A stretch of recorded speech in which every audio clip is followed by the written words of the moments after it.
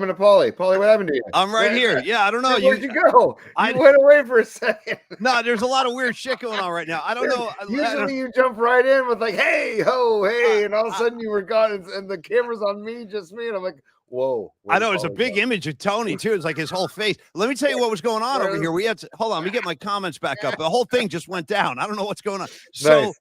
First of all, if you guys remember a couple of weeks ago, I had this is the reason the bummer brackets actually were born, because of my experience with Xfinity.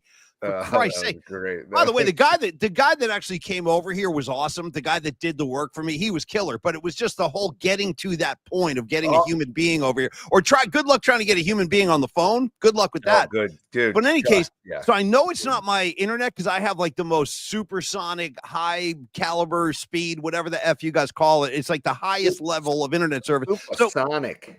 Yeah, dude, super shout out JJ Fad for life. So here's the thing, Tony. I'm sitting here, the countdown is going, and then all of a sudden my whole screen went down and a message came up and it said, your browser failed to load the video. And I'm like, what? I go, I don't know what you're talking about. So then I just hit refresh. I don't know. I'm gonna hit refresh. Let's see what happens. And then like when I hit refresh, like the introduction song was like about to end. Shout out DJ Robbie. And then I just saw your big face. So anyway, here we are. We're back. We're live. I don't know. Let's hope we never have to do this scroll. This scroll, by the way, let's hope we never have to do that. PNP Army, stand the blank by, because we got issues over here. Yeah. No, but I think we're good to go, T. I think everything's cool. And you know how I know we're good to go is look at Nicky DiFrancesco out of the gates, going super style. And I love that it's 11. I love that he shows 11 because it's 11 a.m. maybe for the 11 Grateful Dead. I don't know. Nice. But hey, dude, Nick, you were all part of the suggestion of getting the Ramey movement going. So thank you, dude. You know, it's fun. By the way, because it was great. And thank you, Nick. And I want to follow up with Nick DiFrancesco. That's my boy right there with the face. He's quoting Dire Wolf. By the way, I want him to know, he goes, it'll be hard waiting 2 months for the next Ramey hit. I don't want you to wait that long. I want to get Ramey back on during the Stanley Cup playoffs. Like when the finals are set or the conference finals, we'll get Ramey back on. Because you know what I forgot to do yesterday? Ted Ramey is like, he's a music lover like we are. He is. He's also, I think he might even play a little guitar, Tony. I think Ramey might be dabbling with some guitar. But in any case, he's a monster U2 fan. And I forgot to ask him if he saw U2 at the Sphere. Because, dude, by the way, if you're keeping track at home, Tony, I'm going to the Sphere in 2 weeks. I'm doing a whole run. I know. By the way, I'm going to Fish in less than 2 weeks. Right before you go to the Sphere, I'm going to doubling up on Fish. So let's go. Okay, now I didn't even know about this. Where are the shows? What's going on? Give it to me. Pilgrim Civic Auditorium, Paulie. I think you're going to the Den Company on the 24th, I believe. 24, 25, 26. I'm doing 3. Yeah. I'm doing 22nd, 23rd Fish at Pilgrim Civic. Oh, shit. Okay. Well, it's okay. Anyway, just look forward to that, and I'll be doing some shows live from Vegas the way Tony did, and I'm probably going to be extra cooked, crispy, so you might have to carry the majority of the show. Once find a hotel, which was like the condo I was staying in that had the concrete wall behind me that looked like I was in like a prison cell. No, man, I didn't mind it. Everything you did when you checked in from Vegas was a 10. I thought everything was in awesome. Rough shape, buddy. I was in rough shape. Well, join it. Well, yeah, I'll be top rough boy. I was a rough boy, dude. Man. By the way, I'll roll with rough boy any day. Any goddamn day I roll with rough boy. And by the way, Nick final thing on DiFrancesco, true story. Tony, myself, and Big D, DP, Don Peralta, we were having lunch yesterday. Guess what the main topic of conversation was? Nick DiFrancesco. We were talking DiFrancesco at the lunch. I just started singing his praises. I'm like, you know what? I need more DiFrancesco. It's something about like the mug. It's something about the face of a DiFrancesco brings me a lot of comfort. He like personifies the laid back vibe of like what Neil Donardi is trying to do. Nicky is all laid back and chill, and all of a sudden we did a pub crawl after the Longbridge Pizza hang, and next thing you know, Nick's gone. And it turns out, I guess, like, It turns out. What turns out? What happened? I think he got locked in the bathroom or something. That's what Don was talking about. Like, they had to, like, pry open the bathroom door. The bar. I wouldn't have it any other way. Yeah, if Nicky D wants to lock himself in the bathroom, you go ahead and let him.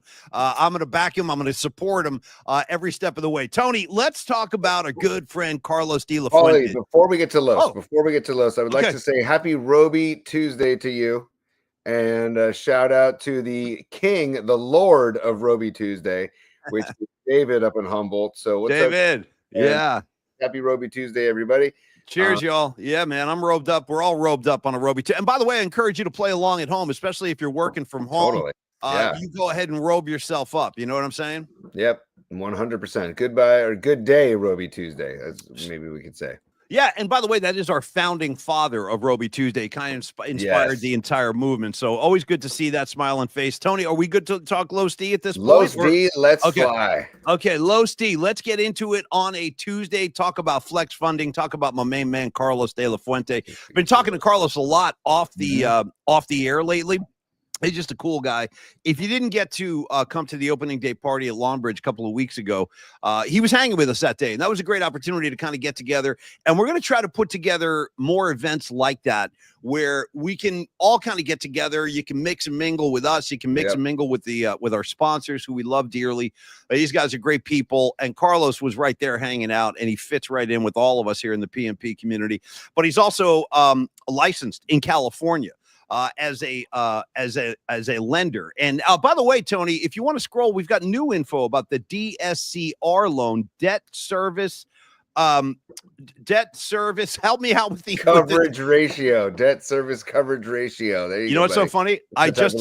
I took notes before the show. Couldn't read my own writing just then. Couldn't read it. I go, debt service. I don't know what that word is. I wrote it down, but I don't even know. Anyway, Carlos, my point is Carlos is well steeped in a variety of different kinds of loans. And regardless of what your needs are, he'll talk to you. You know what else is cool about Carlos?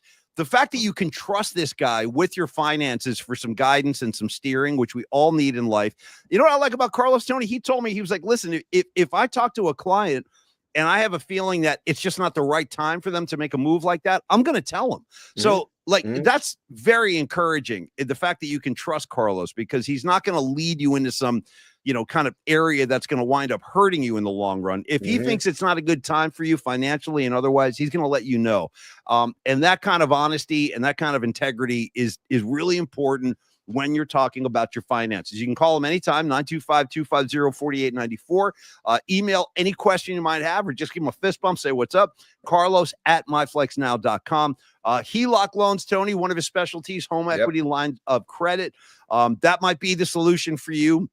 Maybe it's just a loan of a different kind. But again, we like to stress this, Tony, from Willits to San Diego, from Mount Shasta to Concord, from Mount Diablo to Mount Tam. Carlos services any client in the state of California, our favorite state in the union. And I got to tell you, that's big too, because so many people telecommute these days. Like, people are working from home more than ever, and you might not be able to physically get to Carlos, but you can definitely do business with him anywhere in the state of California, Tony. And I'm going to let you go ahead and speak to the glories of Carlos for a second as well before we move on. So anything you got? 26 years in the biz, that speaks for itself right away. 26 years in the biz. I feel like, Paulie, I've been in radio for almost 26 years, and I feel like I kind of have a clue of what to do in radio and audio production. And it's the same thing with Carlos, and you've been in radio for almost 30 years, right? So it's like we kind of have an idea of what we're doing because we've been in the industry so long. It's the same I didn't have an idea though till I crested like my 25th year. Then I'm like, okay, I think I'm finally starting to figure this out. Yeah, but it took a while. Also, doesn't it feel like we're starting over, like, because we're a couple of radio guys starting with the whole visual thing? Like, case in point, the beginning of the show when it's just my mug on the screen, and I'm like, where the hell did Paulie go? But, my point being, 26 years in the industry, and also born and raised in the Bay Area. So not only can you get any help you anywhere in the state of California, but especially here in the Bay Area. And also, just a little something as a little side note about Lowe's is that, at least for me, like, especially with like something like the DSCR loan or the HELOC loan or all this, like, Carlos he'll explain it to you in plain English, man. He'll like like, because I don't know, like the DSCR, the debt service coverage ratio. It's like, hey, dude, can you just kind of explain that to me, like what that means in like layman's terms, and help me out and walk you through it. That's what Lowe's is going to do. So it's, I don't know, for me, Paulie, it always goes back to the trust Lowe's, right? So I'm just going to bust it up real quick. Yes, of course. And that, Carlos, he's a very easy guy to talk to. It's not like Tony said, don't be intimidated. Believe me, we probably know less about these matters than most of you do on the comments line. But again, one of the great things about Carlos, Paulie, I just got a call from my buddy Mel yesterday, who Mel, and Mel called me and said, "Hey man, just so you know, I'm having some great conversations with Los. He's been so helpful for me." Good. See, and you know what? Full disclosure, my buddy Mel's going through a tough time personally, and like Los is there to help him through this with his home. And like, dude, I love hearing that. So first of all, I want to thank Los for that, and second of all, just knowing that Los is taking the time to help my buddy Mel through this situation. It's freaking great. So it's the army taking care of each other, which is all part of it. Beautifully said, Tony. Thank you very much. And to your friend Mel, I just want to quote a Rush lyric for him from this song called Force 10. Pretty cool tune. He goes, tough times demand tough hearts. So that's you, Mel. Tough times demand tough hearts. Yeah, and you'll have a tough heart. Hey, believe me, as a guy who specializes in going through tough times, you will come out the other side. Believe me, I've done it all. I've seen it all. I've been through it all. Stuff you guys don't even want to know about. Yeah, Tony knows. Tony's seen it all. Tony's seen the whole thing. I've been there for the whole, and vice versa. Yeah. You've been riding shotgun. Actually, you're not riding shotgun. You're in I have the motorcycle, and you're in that little sidecar. Yeah, give me like a little scarf, the goggles. With the goggles. Yeah, I want my scarf flown in the breeze. I also want like one of those like World War II helmets, like a fighter pilot. You know what I mean? Looking like a psycho in the sidecar. And if you know what, if I think it's getting real rough, I might even just detach the bolt and let you just ride off into the sunset. Detach from my detach the bolts. You know what I mean? Let me go, but at least drive me out to like the Great Highway so I can detach into the sandbanks of like Ocean Beach. Highway that's no longer accessible by vehicle. You mean that? Do I have to get into that right now? Because I got to tell you, that's a highway. What? Listen, it upsets me. I'm a big Great Highway fan. I like to use the Great Highway. It's one of the most beautiful drives in the right, Tony? Am I wrong? I mean, don't get me started, Paul. I shouldn't have even mentioned it because it gets me too pissed off. I should not have mentioned it because it gets me too upset. Listen. I support a guy's right to ride a bicycle as much as anybody else. But listen, there's all over the city. There's a freaking park. There's a freaking park that runs the width of the city. Well, free to bring your bike all the way through that park. Hey, I'll tell you. Go from the Panhandle all the way to Ocean Beach. Feel free. Hey. Then go to Baker Beach. Then go to China Beach. Right, dude. Right. I got to say, Tony, how about this too? How about this? You're talking about Golden Gate Park. Shout out GGP, Golden Gate Park. Did you effing know that every Saturday and Sunday they close Golden Gate Park to street traffic? You can ride a unicycle through Golden Gate Park with a flag and juggle if you want to. But in the meantime, can I please use the Great Highway? I'm trying to get from A to B. And they've eliminated. You know what else sucks now? When I come over the Golden Gate Bridge, as I continue my complaints on the Tuesday morning, Tony, I come into the city over the Golden Gate Bridge because I'm coming from San Rafael. Now I can't use one of my favorite streets in the entire city. Are you aware of the fact that they've shut Lake Street down? Can't use it. Can't use Lake Street. It's only for the people that live on Lake Street. Right? It's one of those signs. You know, good. You know what I do, Paulie? I drive right past that sign. I've been doing that too. I've been doing that too, bro. I'm just being full disclosure. I'm driving right past the sign. Hey, by the way, if you're a Lake Street resident, my apologies, but listen, I'm trying to get. I got shit to do. I got shit to do. But you're not one of the irresponsible ones that's blowing through Lake Street. You're driving at a reasonable speed. Well, you might even have the window down, waving to people as you drive through. Give them a thumbs up. Yeah, what's up, y'all? You're not being some prick down Lake Street that's blazing through. That's not you. And that's not me on the Great Highway either. The Great Highway, I would roll down all the windows and drive 33 miles an hour so you can time the lights. You hit those lights, yes. And just have a nice cruise. I'm like, you know what? I'm driving south through the city. It's just a wonderful thing. And now I can't do it anymore. I can't do it anymore. By the way, Los D, check it in. I lived by the Great Highway, 44th and Irving. Yeah, beautiful neighborhood out there. Fog City, but loved it growing up. By the way, Tony, as we talked about my hard times, my bad times, I'm coming times. Yeah. Tony, I had an address on 44th Avenue also. I don't know if you remember this. I was there for it was like 2 weeks. I was like, you know what? Maybe it's time to go. I was living over there. I was like on 44th and Fulton, way the F out there. Yeah. I'm like, Tony, you better bring the van. I think I'm moving out. You know what I mean? I think I crashed on the couch one night over there on that. Why wouldn't you? Sure. Yeah, why wouldn't you? It's kind of where I used to sleep when I lived there too. All right, anyway, Tony. Time out. Los D talking Java Beach Cafe. Nice work, Los D. Oh, yeah. Yeah, for sure. The Java Beach is a great spot. Hell yeah. And You know, the avenues are so underrated in San Francisco. They're so underrated. There's so much character. There's so much life. There's so much. It's just a vivacious area, Paulie. And I think people think it's just a grid. No, man, cruise that grid. No, I went to high school out there, Ocean Beach. We would go down to the Pacheco, where Pacheco ends at Ocean Beach. Is a great surf spot. Anyways, and you can cruise Ocean Beach. That's the thing. If you want to go for a walk, that's the thing. Yeah. But if you want to go for a walk on the beach. Walk on the shoreline. No, don't close the road that goes along the shoreline. I know, because it really is a useful kind of it's a useful road to take when you're going up the peninsula, down the peninsula, stuff like that, into the city. In any case, Tony, and last thing on the avenues, I'm with you 1,000,000%. Shout out to we have a lot to talk about. I want to talk about Hunter Green and Logan Webb and Giants baseball and Doug's Sons. We're lashing out at the municipality, I guess, and the throughways of San Francisco. Tony, also want to shout out the Balboa section of like the 30s and 40s, because like you're talking about the Balboa Theater. Anybody who's a real San Francisco OG is ready for this one. Ready for this, T? Shout out Hockey Haven. Dude, Hockey Haven for life. Okay. And also, you want to shout out I'm going to shout out Chino's Taqueria on Balboa, and I'm also going to shout out Simple Pleasures Cafe on Balboa. So dude, don't get me started on that hood. Let me tell you something about Simple Pleasures Cafe. 5 seconds and we're going to move on. Did you know, now these guys have kind of faded into the sunset. If you're out there, raise a hand, let me know what you guys are up to. But you remember the band like in the late 90s, dude? They were big. They were playing all over the city like every weekend, like clockwork. Remember the band called Box Set? Yeah, of course. Yeah, absolutely. Okay. They played Last Day Saloon all the time. Yes. Yeah, I saw them open for Bob Weir a couple of times too. I like Box Set. I thought they were good. Me too. Dude, I believe they started their entire career at that dessert joint you just mentioned. They used to do like little acoustic shows. Simple Pleasures Cafe, yeah. Simple Pleasures Cafe. Am I wrong? I think, yeah. Because they had open mic nights all the time. I used to live on 34th and Balboa. Dude, that hood is phenomenal. And by the way, Scarlet Fire, yes, Chino's is the best. And Scarlet Fire, I got your email. Go Cats, get them Cats. She's got a son at SI. Oh, nice. Played SI baseball. SI Wildcat baseball. I'm a huge fan of just WCAL, but I'm a huge fan of high school baseball in general. Well, while we're talking the Sequoia Ravens down here where I live and the Carlmont Scots, Woodside Wildcats.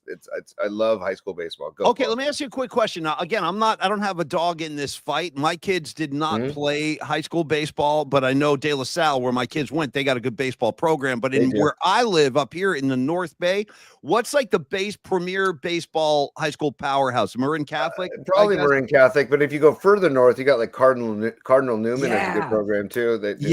There's a lot of good ball up north. I mean, Tam High School's got a decent program. And then Marin. What about San Rafael High? I always want to give a little shout out to San Rafael High. Like, go Bulldogs, man! Like, yes, one of my favorite human beings on the entire planet is a San Rafael Bulldog, and that's Bob Marcucci, who is now like superintendent of schools, I believe, in San Rafael. Is he? Marin County? Yeah, that's my boy. Yeah, I love that guy. Yeah, Bob Marcucci for life. He's a great dude. Now, by the way, a couple other side notes about San Rafael High School. One famous alum, I got you covered. How about Trixie Garcia? How about Jerry's daughter? Jerry could have sent his kids any school in the freaking world if he wanted to with his bank account and everything, but he goes, no, you know what? My kid's going to be a regular kid. Trixie, grab your books. You're going to San Rafael High School. Love that. Then number two, famously, Tony, they shot the Night Ranger Sister Christian video at San Rafael High School. And then final slam dunk for San Rafael Bulldog High is that the Metallica guys shot their Hardwired to Self-Destruct video in the gym at San Rafael High. Yeah. They shot that in the gym at San Rafael High. So anyway, dude, that's rad. Yeah. I also got to give some love. I want to give them. We're talking baseball. I want to give some love because I saw Leah mentioned Santa Rosa JC is some good ball. Also, College of Marin is some good baseball, and a teammate of mine at USF, Steve Behringer, is the head coach of College of Marin baseball and runs a great program up there too. And JC baseball is actually a great move. If you still want to play baseball after high school, but you're not ready for the college level, I suggest going to play some JC baseball because there's a lot of great programs in California. I don't know how we get on this topic, Paulie. No, I don't either. There's so much going on right now because I want to shout out. Yeah, go ahead. Because we're talking about the tradition of Great Highway, right? It was a tradition that they're just thrashing, right? Saying, you know what? Screw just decades and decades of tradition. We're going to get rid of it and we're going to close the street because people need somewhere to walk. Nice. Well, let them have it. Yeah. There's miles of beach. I like angry Tony. I like pissed off Tony. Go ahead, T. Let it fly. Yeah.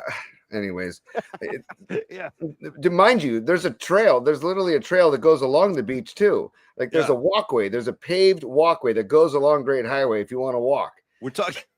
I guess that's not enough. No, I guess that's not. Now you got to have the whole road. Now you need the entire miles road. Miles of beach on one side, and you got paved walkway on the other side. But let's close the whole road down too. But I'm talking about tradition. So let's abolish tradition. Let's get rid of tradition, just like the way the Giants and these new City Connect. They're coming out tonight. Are you ready? They're coming out tonight. They're on the diamond tonight. Are you ready? No, I know. Are you ready? There's a perfect way to get into this. So I glanced over at the comments line, couple of comments, Tony, and we're going to address these City Connects. First of all, Noemi, she's one of our guiding lights here in the Polymac Particle community. She just dropped a nugget in there. I saw it scrolled past me. Now it's gone, but she said something like, I go swing dancing out like in Balboa in the floor. I don't know where you're doing that, Noemi, but you keep swing dancing. I freaking love that. And then number two, what's up, Ryan Fong? Good to see you, bro. Shout out to Richard De Leon. He said he's taking his kid to the yard tonight and that his kid is fired up for the City Connect. So totally. So is my son. My son's like, dude, those are sick, Dad. Really? Dude, yeah. Really? I'm like, Dad, no, they're not, Dom. Dude, those are so sick. Dude, those are so sick. Yeah. I think the quote was, and I'm sorry to say I can't wait. No, I love this shit. Just leave my mouth. Yeah. Dad, those are fire. Oh, that's a big one. Yeah, no, it's fire, dude. Fire. Okay. And so, by the way, can I give another shout out? Daddy Soda, our guy, Daddy Soda, Paul checking in. Dude, first time I think I've seen Daddy Soda checking in.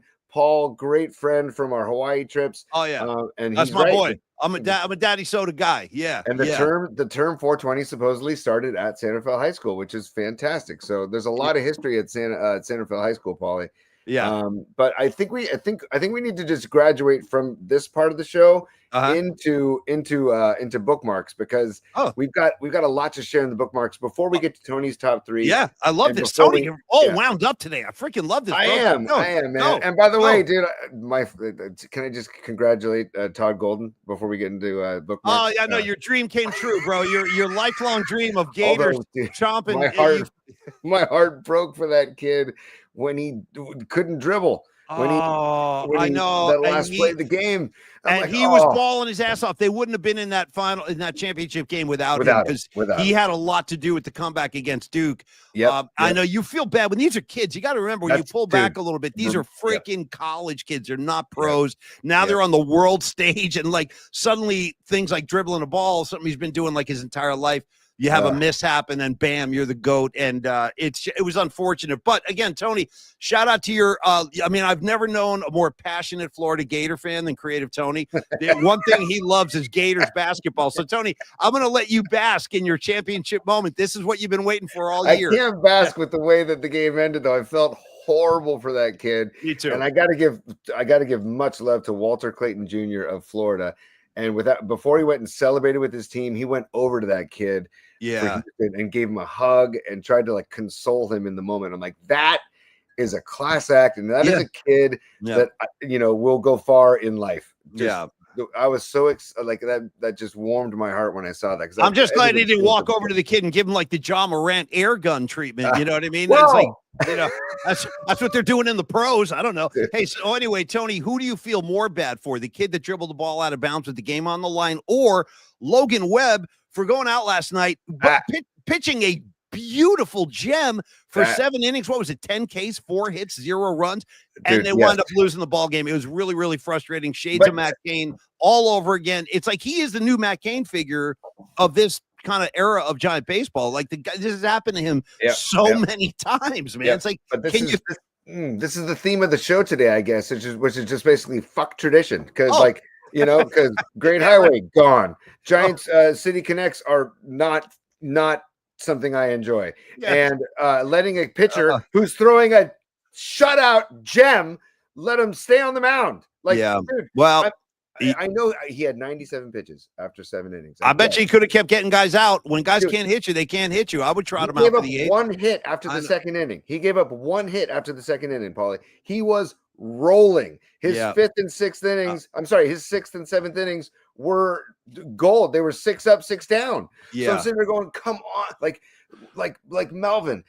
Like, don't let the voices from other people. Come on, you're an old school baseball guy. Yeah, you're a catcher. Yep. Go with your gut, dude. Because I know, I promise you, if you sat Bob Melvin down in a lie detector, like freaking Meet the Fockers. Remember Meet the Fockers, the lie detector? Of course. Yeah. If You Robert smoke De pot, Niro, Fokker? You a pothead, Fokker? Yeah. The needle's jumping all around. He goes, you got to calm down. The needle's jumping. The freaking best, dude. The whole thing. They tighten that Velcro. He's got the Velcro. Yeah. What'd you say? What? I said, remember when they're driving and he does Puff the Magic Dragon and he goes, you like Peter, Paul, and Mary? Yeah.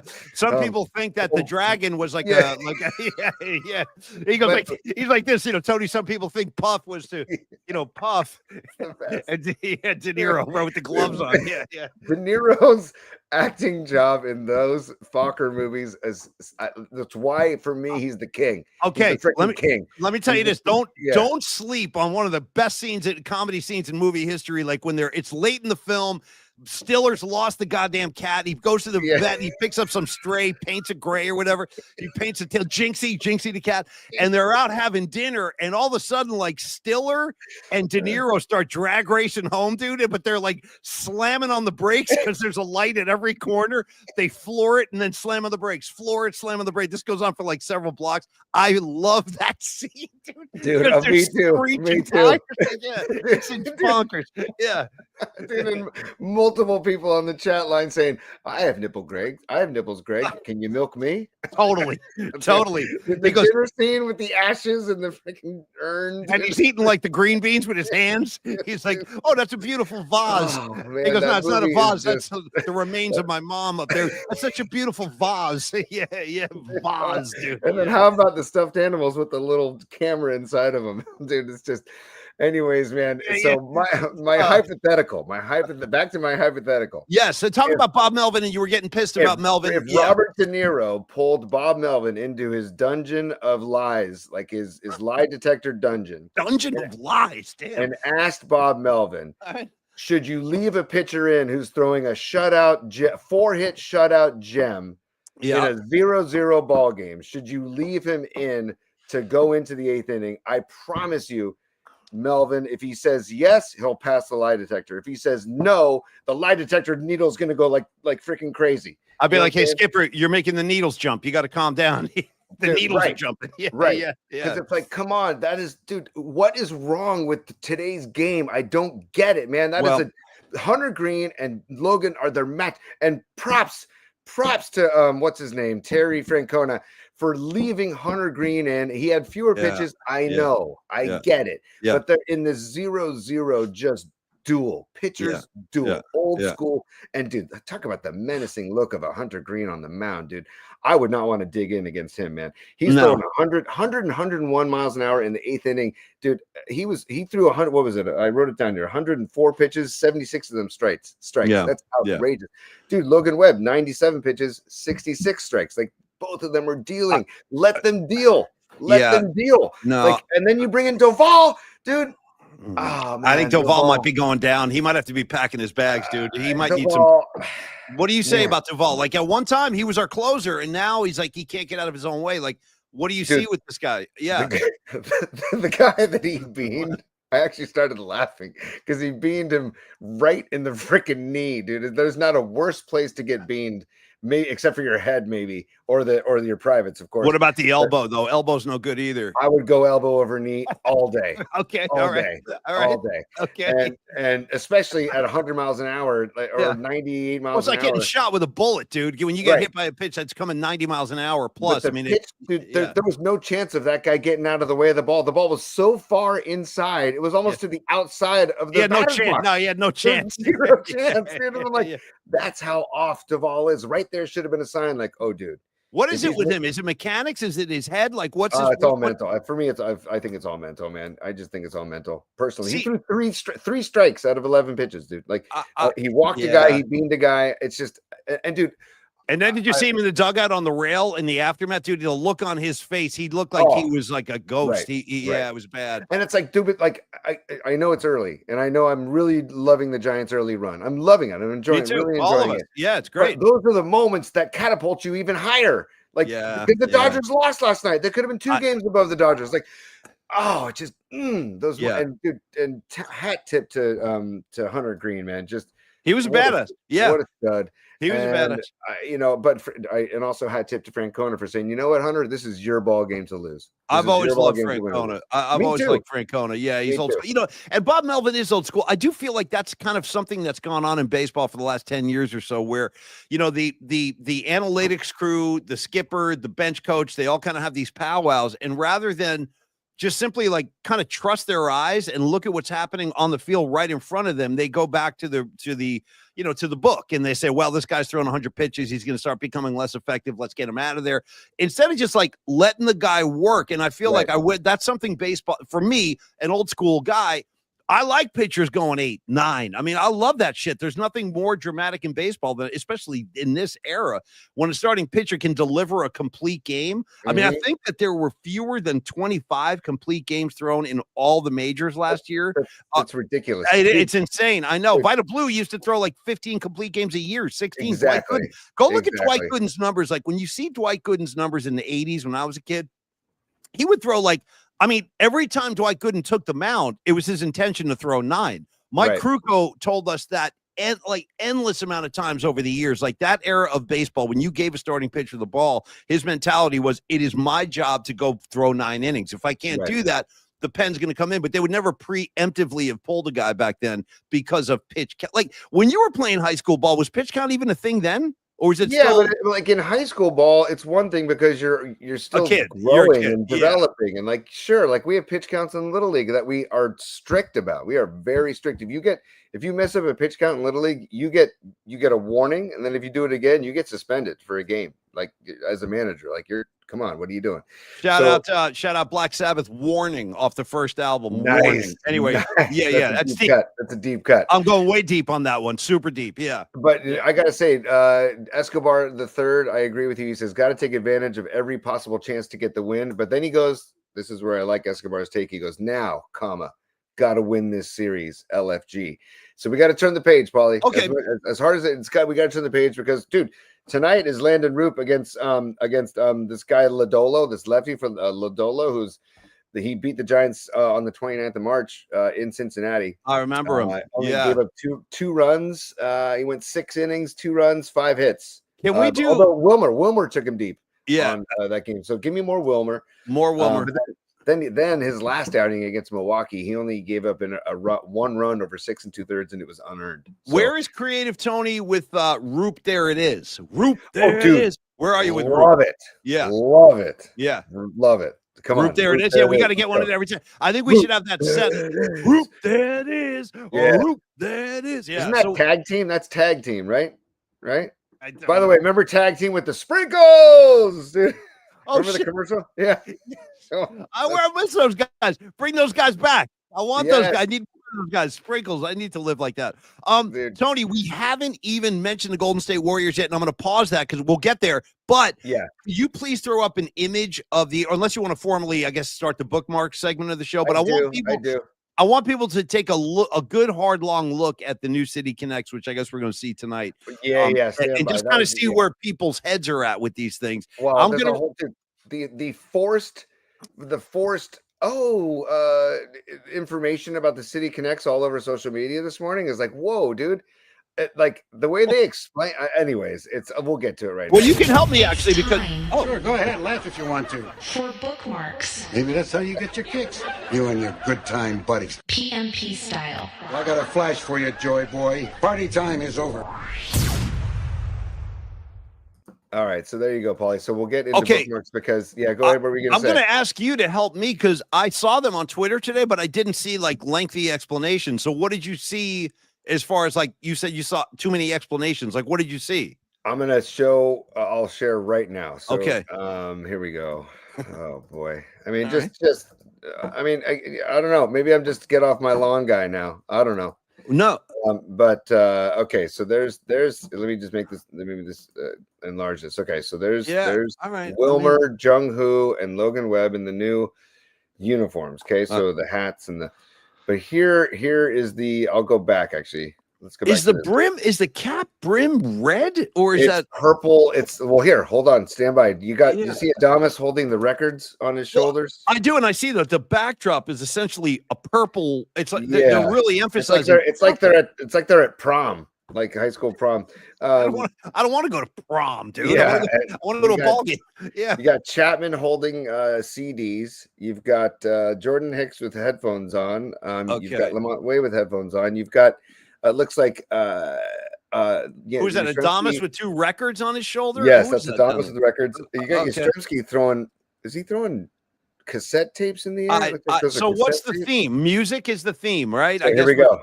Here we go. You ready for this is the breakdown. Oh my God. Here's I didn't know there wasn't an effing breakdown. Okay. Neither did I until today, until I was on social media and was force fed all this stuff. So here we go. All right. Gradient accents, orange and violet, crossfade, vibrant and fluid. Already I'm getting pissed. Yeah. The glove patch on the arm, our iconic outfield glove. So it's in. How can it be iconic? It's just getting started. Something has to be around for a long time to be iconic. It says it's remixed with Summer of Love energy. Oh boy. Okay. And then there are music icons. There are 9 music genres that shaped the Bay, sampled across the jock tag and cap interior. Jock tag? What the hell is a jock tag? I don't know. What does that term mean? I don't know what the jock tag is. Yeah. Okay. And then there's the headliner, San Francisco's signature, which is the SF, remixed in frame in our gradient accent. Then the sound waves. This is where they lose me. The sound waves, the lines on the jersey pressed like grooves on vinyl, flowing with the city's pulse. Thank you, T. What else you got? What's script in motion? What does that mean? Script in motion, a new Giants script flowing like a psychedelic music poster. Let me tell you something. As a man who's dabbled in the psychedelic arts and the psychedelic world, I've done my time. There's nothing psychedelic about that font. Nothing at all. Trust me. Now, yes. Again, I have a license for psychedelic activity. I'm a licensed practitioner. Believe me, I've been there. I've done it. I'll be doing it again soon. And I'm telling you right now, I look at that Giants logo that doesn't conjure up any psychedelic imagery whatsoever. In fact, Patty from Napa, you know what? I got to agree with you, dear. She says the font is a clown font. And nice. I kind of feel what you're saying. It's not distinguished. It's not, I guess there's something that I love about the Giants' real uniforms, the home creams. Like they're so understated and they're so old school, like just Giants, black cap, SF. Let's go play baseball. Like and the G in the City Connects last year was in the same font, traditional font as the SF.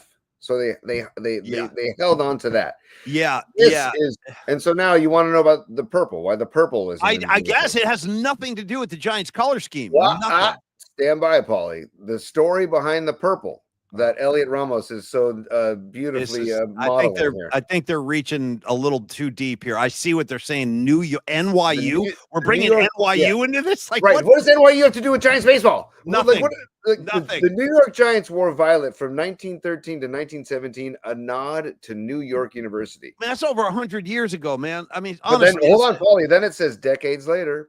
Purple pulsed through San Francisco's counterculture. Who wrote this shit, dude? Who wrote that? Let me tell you what. I guarantee you, whoever's writing about the San Francisco counterculture and the history of the summer love, I bet you it's like a 25-year-old intern who has no idea about that. It's probably just moved here from like Buffalo or something like that. This is like his first job in man. This is what I'm seeing in some conference room. Dude, it's not. And again, like the pulsing through the San Francisco counter, Tony. Oh, like what? Hendrix Purple Haze? Is that what they're saying? Dude, how about this? Here's a quote. Like, where did that quote go? I'm very confused. These uniforms are confusing me now. I don't know. Right. I don't know. There's a quote from somebody who said this quote. It's in quotes in the article on NBC Sports Bay Area, where I read this quote this morning. It says, We were really looking for a uniform that could bring together the city of San Francisco's past and present, and honestly looking into the future. Oh, that's the chief marketing officer, Rachel Height. Now, I want to say something to Rachel. Hey, as a creative person, I respect creative attempts. This creative Tony talking right now. Yeah, I respect it, and I applaud your efforts. But I feel like there's no attachment to anything San Francisco. And then it says, music is one of those unifying things across generations, and the city of San Francisco has such a rich musical history. If you think of Metallica, Santana, all the way through E40 and the hip hop of today. Well, where's the mention of the Grateful Dead? Well, it probably should be the first band they mention, honestly. Even if you're not a Deadhead, you have to acknowledge their body of work. I mean, they have shifted the entire culture of American music. So, yeah, to not mention the Grateful Dead. And also, the Giants have a very long history with the Grateful Dead, doing Grateful Dead nights every year, celebrating Jerry Garcia. I've been on the field with Mickey, Billy, Bill Walton, Bob Webb. I've hosted those goddamn things. So the fact that the Grateful Dead is not even mentioned is kind of, it rubs me the wrong way. I mean, I think it should be one of the first bands they do mention. By the way, is Journey mentioned? Did they give it? Journey's not mentioned. No, well, what'd they ever do? Yeah, that's what I like to say about Journey. What'd they ever do? You know. And again, to the whole marketing team and the whole creative team at the Giants. Again, I applaud the efforts of like trying to be creative and trying to be different, but this is like, I feel like this is going way too far. Personally, you know what I mean? You could do a lot. I think the concept is a good concept, like trying to embrace the musical and kind of cultural history of the city. So conceptually, I like it, but the execution and this stupid propping up of NYU and purple, it doesn't make any sense to me. And by the way, if we're going to celebrate San Francisco music, Tony, can I throw a punk rock legends Flipper? Can I get some love for Flipper on the goddamn file? Give me some Flipper love. Where's my Flipper? And then Tony, I don't know. I mean, at the end of the day, I got to say, I'm not crazy about the logo on the cap, the SF. I mean, it's white. I don't know. I don't know why they have to change the logo. I don't know why they have to change this. Tony, I don't know why they had to. Actually, that's a really good point. I hear what you're saying, because you know what? If you think about last year's City Connects, it still had the tradition. Yeah, the SF stayed the same. It's a really good point. That's a really good point. I don't know why they completely abandoned everything.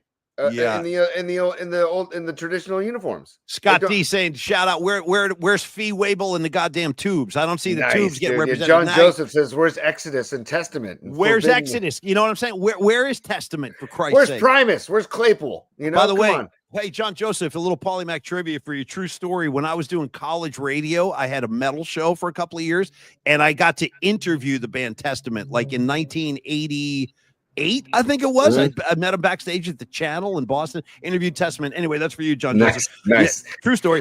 All right, Tony. I got to say real quick, too, Paulie, a couple things. Pinocchi, I hear you. Pinocchi says, to be fair, all the teams have these ugly City Connect uniforms. I get that. I do get that. How about the Dodgers last year going blue on blue? Do you remember how god-awful those things were? I'll take those in a heartbeat over this, though. I would take those in at least it's their color. Heartbeat. At least they wear blue. Yeah. We don't wear purple. I don't see the Dodgers, and it's a well-known fact how we feel about the Dodgers, but I don't see the Dodgers throwing purple into their uniforms. As a shout out to the Brooklyn Dodgers connection to NYU University. You know what NYU, I'm dude. What are we doing? NYU. Can we shout out? Hey, Tony, can we get some red involved? Because St. John's has red in their color scheme. You know what I mean? What else can we drag out here from New York? Can I get I don't know, maybe get an Empire State Building hat? You know what I mean? Like, how far do we want to go with this craziness, man? I mean, and Sanchi, great point by Sanchi. What would Willie Mack say about these? That's a great question, Sanchi. I don't know. I think it would frighten and confuse him if Willie was still with us. And God bless Willie Mack. He's maybe my favorite Giant of all time. He's right up there at the very top. America, man. So we can move on. We can move on. Just get ready for them tonight, because they're coming tonight. Well, and by the way, Adamas, I guess, bought the whole team like purple belts or something so yeah, I don't know. What am I supposed to be excited about that? I read that in an article. It's like, okay, cool. I got to be totally honest with you. Unless you're talking about the Minnesota Vikings or the late Prince, I don't know that I have a lot of time in my life for the color purple at all. Like, I'm not. I actually enjoy the color purple outside of Giants baseball or 49ers football. Yeah, like I don't need. It's just. I don't know. Yeah, no, I'm with you, buddy. I'm with you. Now, again, as you said about your own son, it's funny, as you were talking, I was glancing at the comments line. There's a lot of folks out here saying their kids are all about these things. The kids are all about the. What's so funny? What do you got? What? Escobar the third. I'm gonna rock the shit out of this. I don't give a fuck. Fight me. No, I like the color purple too. All right, listen, Escobar. Listen, if you're into it, you're into it. I don't know. It's just not something I'm going to participate Well, hey, I'll in. tell you what, Paulie. I think I saw. God, was it Coach Yak? I think on Twitter said, "Hey, you know what? I hate the uniforms, but if they keep winning, I don't care." No, I feel you. But again, I just got to say, like, I think the City Connects they had previous to this were pretty good. Yeah, like because it had the orange bridge. They had the fog. Man. They had the traditional font. Like they were a comment like this. It's just too far. Yeah, we're pulsing through. And Tony, the grooves on the shirt, cut the crap. Cut the crap with the vinyl and the grooves. You know what I mean? Like just to revisit the give me my history lesson. The fact that we have like a diagram to explain what these things are, it's not a good sign. It's like, let me explain through this PowerPoint presentation what we're doing here. Like, is that necessary? You know what I mean? Sound waves pressed like grooves on vinyl, flowing with the city's pulse. I don't want to flow with the city's pulse. Script in motion, a new giant script flowing like a psychedelic music poster. Like, I'll tell you the truth. If you really want to capture the essence of the San Francisco counterculture and Summer of Love, what they ought to do is have doses night at the Yard. When you walk in, they just dose your ass like immediately, and then good luck. Have a good time. Let's see if you can last 9 innings. I doubt it. You know what I mean? The big guys climbing up the flagpole and shit like that. But again, dude, Tony, I'm going to go ahead and I got to give Los D some love too. What's up, Los, dude?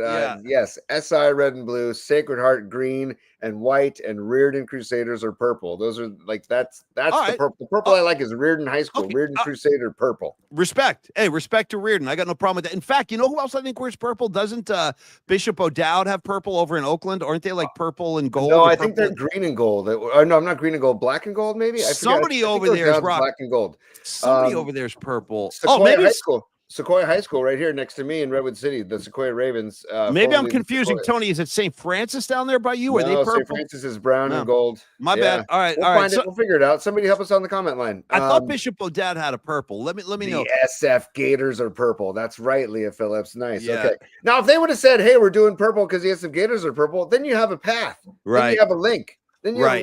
Right. Hey, if they had some green for the USF Dons in there, dude, I like that. That'd be dope. Fine. That'd be really cool. Yeah. Right. But the purple for NYU. NYU, dude. I don't know. They don't even have a baseball team. No, they don't even have any. I don't think they have any sports. I don't think there's any athletics at NYU. Shout out Spike Lee, though. I know he went there to film school, so something good happened at NYU. By the way, just everybody those who's tuning in today, we were not planning on talking about this long. No, it just happened. I mean, this is the organic flow of the show today. Yeah. Petaluma High School. Richard De Leon says Petaluma High School is purple. So, okay, nice. Right on, dude. What about the Healdsburg Hounds? No, they're black and red. I've seen a couple of Healdsburg football games, but no, those guys, I think they're black and red. In any case, shout out Healdsburg Hounds football. I've been to a couple of games. Tony, we got to move on. We got to get to the Warriors. We got to get to the brackets. We got top 3. Healdsburg real quick. I got to give love to the Healdsburg Prune Packers. I guess it's an independent league baseball team up there. All right. My buddy Darren, what's up, Darren Abel at Dry Creek Vineyards up there. By the way, if you want some good wine, go to Dry Creek Vineyards up there. Darren was telling me about the Healdsburg Prune Packers. Have you heard of that team? I don't know them, but I support them. I just like the name. Yeah, Prune Packer. I'm on board. Oh, look at Harry Johnson coming strong. Harry Johnson twice. Coming twice with play Takashi. You better give him his wish, dude. And Harry, thank you for being a super, my brother. I appreciate that. All right, let's give Mr. Takashi. We got to get into the back end of the show here because we got a lot of shit in front of us. I know. Well, there's a couple of more bookmarks I want to show you too. Come on, you're an alpha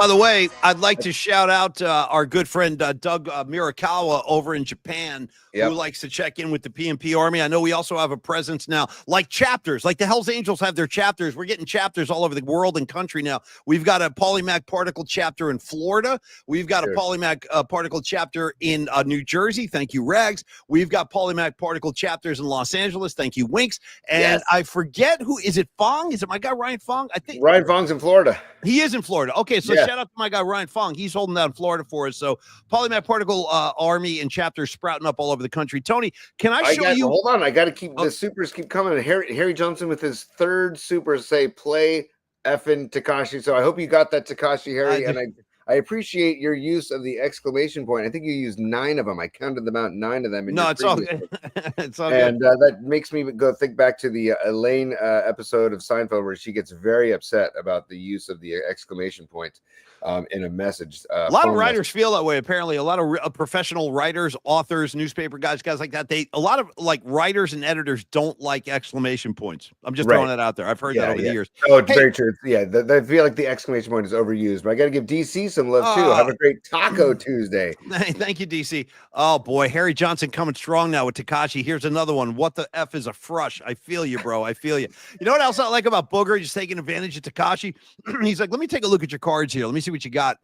And he's like, well, you got too many kings. You got to get rid of these. He's like throwing all his best cards away. Let's get you some new, fresh cards. Give me those, give me those kings. Got too many of those. Tony, can you get my City Connects guy out of here? I don't want to see chatting anymore. Yeah. Sorry. I want to show you something real quick before we start the back end of the show. This was given to me, I think. Bookmarks, and then we got Bummer Bracket. We'll have to do top 3 another day. We had top 3 planned today. I know. Sorry, the City. But here's just a question for all of y'all. Now, this jersey here was given to me, I think, by the San Jose Giants. I have one of those too. There's an SJ on the sleeve. I think there's an SJ on one of the sleeves. There is, buddy. It is right there, if you can see that. Yeah, the SJ. Now, the reason I'm showing this thing off today is this is a real proper tie-dye Giant jersey. Now, correct. This, to me, would be a lot closer to capturing the essence of the summer of love and the counterculture of San Francisco and all that stuff. Correct.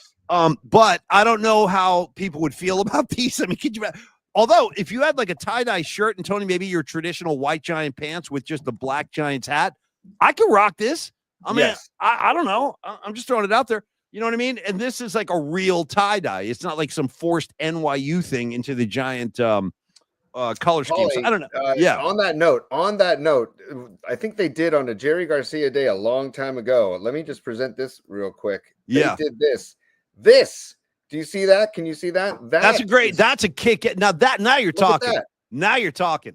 So that would make a ton of sense. And you leave the traditional font, and then you can, if you wanted to do an arm patch with Fillmore poster font, dude, see, Tony, listen to the ideas Tony just came up. That's a great idea, dude. I don't know. Fillmore poster. Now that they're claiming that the patch on the arm is inspired by the Fillmore posters. And it's like, okay. I get the effort. I get it, but you're not connecting. They're not connecting. So if anything, it's a divide. They're called like city divides. They're dividing the city now. Yeah. That resonates with me right there. That's a good jersey. I like that jersey. Ooh, Garcia 24. Hell yeah. Yeah. Come on, man. Like, and look at that on the arm. Look at that on the sleeve, by the way. Bro, I should get a tattoo of that thing right there. Look at that. Oh, man. Hey, Tony, if Garcia was a baseball player, where would you put him in the field? I might put him behind the dish. Let him get the squad. You know what I mean? He could block pitches and shit. Yeah. Because also he's a big dude, and pitchers, as when I was a pitcher, I loved throwing to big hulky dudes, like thick dudes that were big targets, you know? And by the way, we all know about the famous Jerry Garcia hand where he's missing the fingertip. I'm going to do something now I hadn't planned on doing, but shout out to Giant alum. Ready for this, Tony? He was a shortstop in the 70s. Do any of you guys remember Roger Metzger, who actually was missing fingertips as well? I think he had like a saw accident. I swear to God. Shortstop for the Giants, Roger Metzger. He also was missing fingertips. I'm just throwing him out there. All right, Tony. That's like Tony Iommi in Black Sabbath too. Tony, there's another one. Tony Iommi. He's got no fingertips. He's writing some of the greatest heavy metal riffs of all time. Tony. I'm okay. Yeah. What? Because I got a couple of bookmarks for you, but what were you going to say? Well, I was just going to say, if we want to just at least check this box, because I feel like I want to do this. Shout out to Golden State Warriors. They got a game tonight against San Antonio down in Texas. And then on, tomorrow night, they'll be back. No, excuse me. I was a day ahead of myself. Suns tonight. Suns tonight, Spurs tomorrow at Chase Center. So it's another bang, bang, back-to-back. I'm expecting 2 wins here, Tony. I'm not going to lie. I mean, KD is out. Kevin Durant's out too. KD's out. They better be. If they don't beat the Suns tonight, then there's deeper problems than we know about. I actually want all 4. They got 4 games left. I want them all. I want all 4 games. They are currently back, I think, at the 6th seed, but everything is so jammed up. Oh, they could wind up as a 4 seed pretty easily. All they got to do is handle their business. So, dude, Denver's 47-32 in the 4th spot. The Clippers are 46-32 in the 5th spot. The Dubs are 46-32 in the 6th spot. So it's like, and the Lakers are 48-30 in the 3 spot. So it's and when the smoke it's going to be crazy, and they got to sort all this out. But I think that the Denver Nuggets are like in a position somehow where they're going to lose like every possible tiebreaker behind them. So even though Denver is ahead of Golden State, they could wind up dropping pretty significantly, I believe, by the time the season ends. So we'll keep an eye on it. We'll definitely get into the game tomorrow, but at least I just wanted to shout them out. Go Dubs. Give me all these wins. I want one tonight, one tomorrow, and then I want the last 2 as well. Now, Tony, give Dubs, me your bookmark. Give me all your loving. And, dude, that's right. The Lakers play OKC tonight, dude. So that's going to be very interesting. That's what I was just looking up. I wanted to confirm that. They play at OKC tonight at 5 o'clock. So yeah, maybe LeBron will fake another injury tonight on national TV. So that's the bookmark I want to get to, Paul. Can I get to another bookmark, please? Sure, please. Okay, I'm going to, I got to get past. Oh, there it is. Okay, stand by. James Lazzotti, I like where your head's at. Curry going for 40 tonight. I like that. I hope you're right. So last 3, dude, the Dubs have lost to the Suns 2 out of 3 this season so far, by the way. That's another reason why they got to win this game. And Curry has gone 22, 23, 22, and 14 in those 3 games. So, but without KD, that's a huge loss. So Dubs better win that freaking game. Stand by. Let me just get this because this is Draymond breaking it down, dude. I want to get to the right spot. Okay. This is Draymond with what's his name? Why am I blanking on? I don't know. What's his name? Matt Baron Davis. Okay, but okay, yeah. And Baron Davis just said he expects his goal for Curry is 10 free throws in the playoffs, a game, because he wants. Yeah, but they're talking, and then listen to what Draymond says here. This is goal by Draymond. Goal. Bring it on. Listen to this right here. Free throws a game. He earns them, that's for sure. When I watch the game, he get bumped, held, grabbed, pushed off his mark more than any shooter that I've ever seen. He don't talk to the referees. He gets penalized for that. I also think he gets penalized because he's not a flopper. And so it's almost as if, he's not fouled, or it don't matter because he ain't showing that he getting fouled. I think in this league, we reward flopping. How about that? He's 100% right. I hate to admit that, but he is 100% right. I mean, the fact that's one of the things I love about Steph Curry. He plays the game the right way. He's undersized. Yes, he's added a lot of muscle, but he takes a fucking beating every night in, night out, and he never complains. And I actually think Draymond's right, Tony. I think part of the it's almost like the league punishes him for playing the game the right way and not putting on a show and falling to the floor. And I wouldn't change that about Steph Curry's game, but at the same time, I don't know why the refs are so reluctant to recognize that Steph Curry is perhaps, you could argue, he's the most beloved player in the entire league. And you got to protect that asset, and they just won't do it. They did it for Jordan. They did it for Kobe. They obviously do it for LeBron James, but they just won't do it for Steph. It drives me crazy. I said the same thing when Bob Fitzgerald was on with us a couple of weeks ago. I go, Bob, I actually think one of the reasons he doesn't get calls is because he doesn't flop, and that's exactly what Draymond just said. So, dude, and when Draymond's saying he was playing earlier in that conversation, they're talking about how off the ball, how much Steph gets his ass beat up off the ball. Because Steph is always a step ahead, and so they literally have to grab him to try and keep up. Hence all the claw marks and the scratches all over his shoulders and everything. And then Draymond's talking about how there's a ripple effect that if Steph gets one step ahead of you, then the ripple effect is you can't catch up unless you foul, unless you grab, unless you bump. And it's like, but they don't call it. And for some reason, no idea why, LeBron gets those calls. Oh, dude, like even a guy like John Morant gets those calls. He does. No, you're right. He does. Yeah. I mean, it boggles my mind. And like I said, against Houston in the third quarter, it was 5:06 left. If you still have that game on your YouTube TV or still on your DVR, go back to the 5:06 mark in the third quarter and watch Steph get tackled on a 3-point attempt. And nothing, no call. Nothing. And Steph just stands there. Steph just stands there. He doesn't get mad. I know. He doesn't bark. He doesn't bark like LeBron. LeBron will literally go up to a referee and like like spit in his face, and the ref will just walk away. How about this? How many times have I seen LeBron James fake that he's getting fouled? He'll flop to the floor, and then when the game transitions to the other end, LeBron won't even go back on D. He'll just stand there and wait talk for them to to the ref. stop the game. He'll wait for them to stop the game. And meanwhile, his team is now faced with a 5-on-4 at the opposite end, and he's too busy complaining to the ref. So it's probably the biggest objection I have to LeBron James is all that embellishment, all that bullshit that he brings to the floor every night. Falling all over the place. Like, dude, and he's built like Patrick Willis. It's a horrible look. Like, LeBron James is like an NFL linebacker, and to watch him falling on the floor half the night faking injuries is very unbecoming, if I may use that term. All right, Tony. Okay, well, I have one more bookmark for you, and then we'll move on. Do you want to we got to get our own national champion too. Don Peralta came up with our trophy. We got to crown a winner before we dismiss class. So give me your bookmark. That's what we're gonna do next. That's what we're gonna do to wrap the show. But I have one more or two. Well, these are quick. Stand by. This is Rex. By the way, Rags, I love your question. Who flops better, LeBron or the Muppet, Patrick Mahomes? Hell of a question. Maybe that's dude. You gotta have a flop off, dude. It's a flop off. I like where your head's at, Tony. All right, what do you got here, pal? What is it? See this? Just in the just to keep the F John Fisher hashtag. What is that? FJF.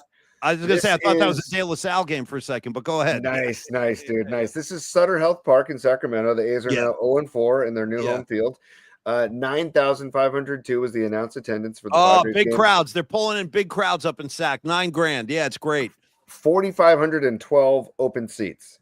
4,512 open seats. They can't. Hey, by the way, meanwhile, the Coliseum's just sitting over there, empty. Right, just empty. Sitting there. Yeah, empty.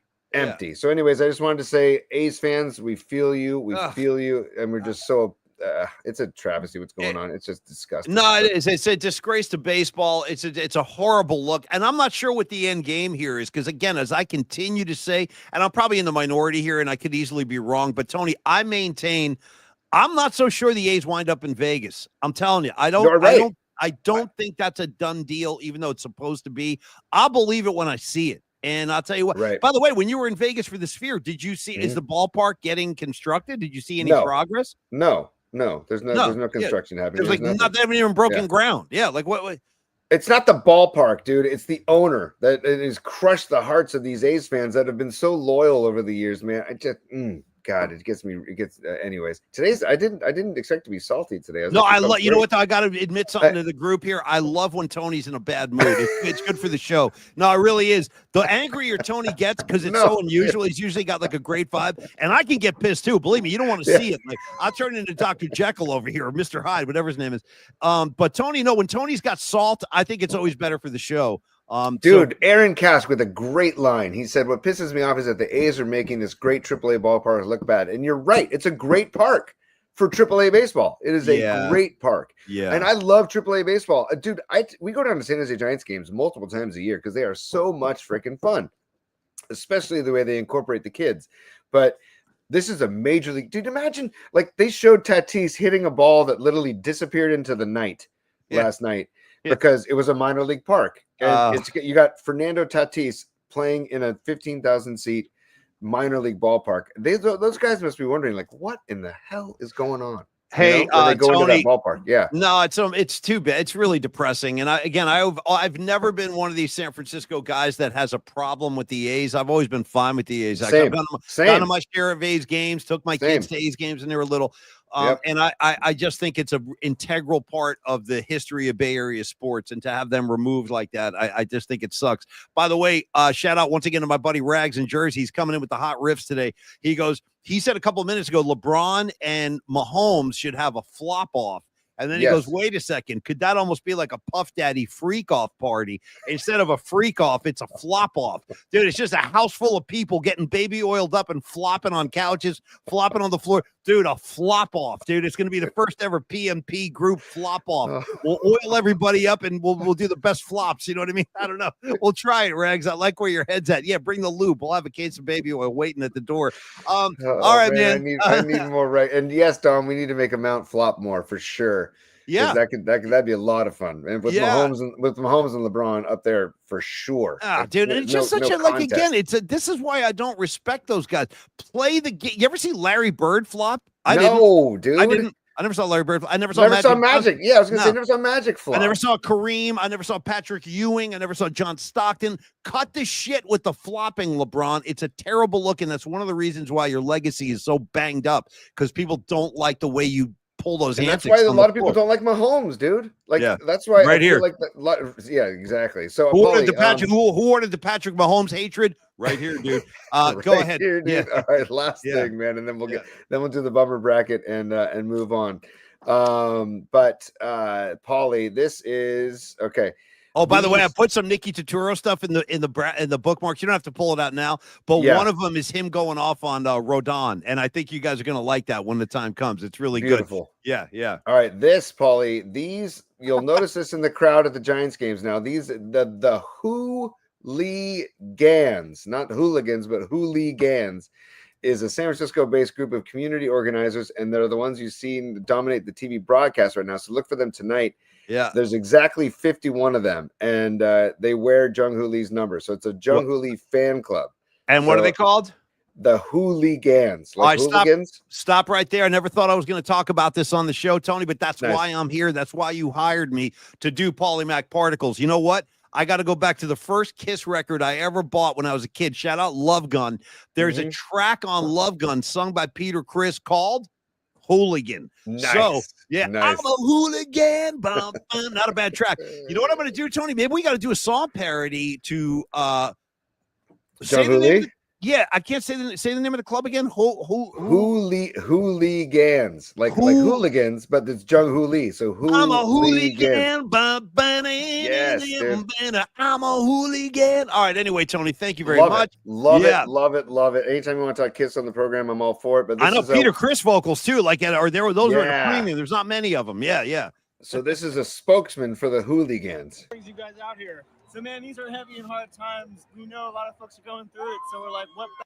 Whoops. Celebrate. No, I like this guy. And come together, wear matching shirts, fire wigs for our homie Jung Hoo Lee. What do you like about Jung Hoo Lee? What's not to like, man? All he does is hit doubles. Yeah. All he does is catch balls. You know what? That guy looks like he almost could be like Triple E's brother. You know what I mean? He's like, got that good kind of easygoing vibe. Look at the face too. I'm a fan. I like this guy. And look at this. He literally asks Steven Risotto, by the way. This is a compliments of Steven Risotto on Twitter. Good follow, by the way. But check this out. Listen, he goes, those count too. Can I show you guys something? Let's see it. 1, 2, 3, Hooligans! 1, 2, 3, Hooligans! Damn. You know what? Respect. I'm impressed. Dude, there's only been a couple of home games, and already they're organizing cheers and stuff. I'm pretty impressed with that. Oh, Harry Johnson, I love where you're. Come on. Okay. At the time, I was a high school student on that tour, and I was living in New Jersey with Rags. So, no, I didn't see that show at the Cow Palace, but I saw the 1984 tour at the Meadowlands in New Jersey. You know what I remember about it, Harry? And I'll tell you this too, Tony, is that Van Halen was so big at that point. When they came to the New York area, they were around for like a week and a half because they did like 3 or 4 shows at Madison Square Garden. Then they came to Jersey and they did like 3 or 4 shows at the Meadowlands. I only caught one of them. I was like a sophomore in high school, but it was the only time I saw the original Van Halen, and it was at the peak of their power. It was an amazing show. And I don't know, Tony, did you see the 84 tour at the Cow Palace? I did not. But man, I wish I could have, because the Cow Palace, I wish concerts still happened at the Cow Palace. And Paulie and I did our tribute, our hot and sour picks. Yeah. Hot and sour picks if you go to our YouTube channel, if you scroll down to the bottom, all of our videos from the fall before we launched the show, we're doing weekly NFL picks, and we did them at different locations every week. And so they're fun videos. One of them's at the Cow Palace, and I didn't want to leave. But the best part is, like, Paulie and I were like, hey, let's just go to the Cow Palace and see if a door is open. Walked right in. Yeah. Dude, door open and nobody stopped us. And we walked in and sat in some of the seats up in the rafters of the Cow Palace. I'm like, look at this place. This place is magic. Yeah. And they still have the wooden armrests and the wooden seat backs. The best. That's probably going to be gone pretty soon too. I would expect. There's so much history in that building. And again, for me personally, it's where I saw my first concert ever. I saw Kiss at the Cow Palace in 1979. That was my first concert. That's what got the whole ball rolling for me, man. And I'm still living that life. Like I'm still going to shows, and I'm with you 1,000,000%. I really wish they would bring shows back to the Cow Palace. I just think it's too small at this point. It's too dated. Most fans want state of the art everything, and you're not going to get that at the Cow Palace. It's like the Cow Palace is show up, plug in, and jam. Can we just do that? Can we do that? I saw Metallica there. I've seen Metallica. I mean, it's a great venue to see a show. What's he saying? Dude, Harry Johnson's on fire today. Yeah, what's he saying? Some shit went on. Oh, in the top of those. Yes. Yeah, totally. No question. Paulie and I were both talking about that. Like I had my own scene. When I went and saw Fish there in '96, I had my own scene up in the upper deck there, not upper deck, but like top rows. And Paulie was telling me about how something like something happen up in the upper, like the top rows. You were telling the story on the video. I forget the story. Listen, I've heard on the streets. I'm not saying I saw this with my own eyes, but I've heard on the streets that people used to get romantic up in those corners. Yeah, you know what I'm saying? Totally. Like consummating relationships. Dude, there's little curtains you can sneak behind. We got curtains involved, bro. Let's go behind the curtain during the bass solo. You know what I mean? Hey, during the drum solo, let's duck behind that curtain. 10 minutes. That's all I need. Also, shout out Peter Hartlaub when he joined us a few weeks ago. Yeah. And he's talking about Evel Knievel inside the Cow Palace, man. And like, if you want to go back, the best part about that is he did the goddamn jump. Evel Knievel on his motorcycle did the jump, and when he landed, the Hells Angels ran over and beat his ass. It's the craziest looking thing you've ever seen, because he said he like disparaged the Hells Angels or whatever before the jump. So they showed up. They're like, oh yeah. So they rolled in there, and they were waiting for him at the other end. So he lands, crashes into some garbage cans, and now he's got the San Francisco chapter of the Angels stomping him in front of everybody at the Cow Palace. I know that's some San Francisco 70s shit. Why don't they incorporate that onto a jersey, Tony? You know, totally, totally, dude. Like, come on, man. Like, dude, it just bums me out because I got to. Okay, there it is. Let me just. I know we got to move. But Paulie, let me just show this one picture. Okay, just to give some love. Sure. To where is it? There it is. I don't know. Go ahead, Tony. Work your magic. I know you're pulling the lever. Of course. Come on. Don't do that to me. Don't do that to me. Don't do that to me. What do you got, buddy? What do you got? What do you got? The Chronicle's making life tough now. I know they got all these firewalls and pop-up ads and shit. You can't just get to the meat of the paper. I know. Frustrating. God, you can't see it. Oh, darn it. Hang on. It's all Stand right. by. I'm standing. It's all good, man. Okay, is that one? Can you see that? I don't see anything. I see me and you. Yeah. No, not. Oh, there he is. Let me get rid of this. Yeah, what do you got, buddy? There's one shot of him. That's inside the Cow Palace right there. You see that? No, I don't see anything. I don't know what you're talking about. No, no. I don't see anything at all. I apologize. It's okay. I apologize to everybody. I know. You're working hard. It's okay, buddy. I see the effort well, is there. It's all these firewalls, man. That's like you got to get through. So there it is. Holy shit. Nice, dude. Yeah, look at that, man. Black and white photo. Shout out the Ford Econoline van right there. Well, again, he's moments away from getting his ass kicked on top of everything else by the Hells Angels. Yeah. It's incredible, man. Is that incredible? There it is. Here, look, go back up. I just saw it right there. Dude, for Christ's sakes, bro. How about we do that for a City Connect? Can we get that on a city? The V with the stars. Look at the belt buckle. Look at the belt buckle. Look at the freaking cuffs on his shirt. And by the way, Paulie, what do you give me for the tightness of Evel Knievel's pants and Robbie Ray's pants? Like I gave you about a 10. I gave you about a 10. Yeah, Robbie Ray is not going to be out tightened with his. What does that say? From Bob to Butte and then Bob to Butte. I don't know. So I'm just okay. I'm fine. I'll stop doing that. I'll stop sharing. But I wanted you to see the photo of Evel Knievel in the airborne inside the Cow Palace. Yeah, and if you want to read about the Hells Angels kicking his ass, just freaking Google it after that. I swear to God, just enter Hells Angels Evel Knievel and enjoy. Have a nice lunch. All right, Tony. Let's finish these brackets, and then we got to dismiss the class. We're bleeding into the lunch hour. I want to thank Dom Peralta, the official. Now it's just the official. He used to be the unofficial art director. Now he's just the official art director of Polymax Particles. He made this, and that right there. That's Lebowski, by the way. Look at it. Yeah. That's the Bummer Bracket Championship trophy that we will award today in a few moments to the winner of the brackets. And then at our end of the year party, we'll have a physical trophy to present to a representative of one of the four parties or the winning party. And if it's in Mahomes, I have Chiefs fans locally that would gladly accept this award in his honor. All right, now my only request for Big D, Don Peralta, our official art director of the Polymath Particle community and show, would be that, like, let's treat this thing, Dom, like the Stanley Cup, where every year we have a winner, let's engrave the name on the side. So maybe like that wall under his left elbow, it'll be like first recipient or inaugural recipient will be whoever the winner is today. All right, so I love the trophy. This is inspired by the original, which started off the whole bracket. Look at that. God, that's a great image. That is such a great image. Look at the sadness, the confusion. I know. That's how I look every day when I like open up my bills. I'm like, Jesus Christ, I got to write more checks. That's how I look. If you guys wonder what I'm looking like when I'm off the air, I look just like that. Okay. Only thing is my checkbook's in my other hand, and I know I'm going to have to pay some more people for something. All right, Tony. All right, here we go. Let me share the brackets, and then we'll be good to go, dude. And then we'll finish. We'll be carry on our wayward son. Nice. All right. So the final four is couples therapy versus digital tickets, and Patrick Mahomes versus his wife, Brittany Mahomes. Okay. So okay. There's the final four, dude. These are great matchups. Let's advance. Let's start on couples therapy and digital tickets. I actually feel like you're more equipped to talk about that matchup. I'll tackle the Mahomes one, but you have a lot of the PMP Army should have a say in this too, because they've been with us on this entire journey. So whole journey. It's a great call. It's a great call. All right, guys, how do you feel? Digital tickets, God, they suck. There's no more souvenirs, or couples therapy, which can be a dead end and can make the relationship even worse in my experiences. So I'm voting for digital tickets is worse than couples therapy. That's my vote, because it's never going away. It's only going to get worse. You're going to go from the QR code to probably like just tapping your phone onto something where you don't even get anything.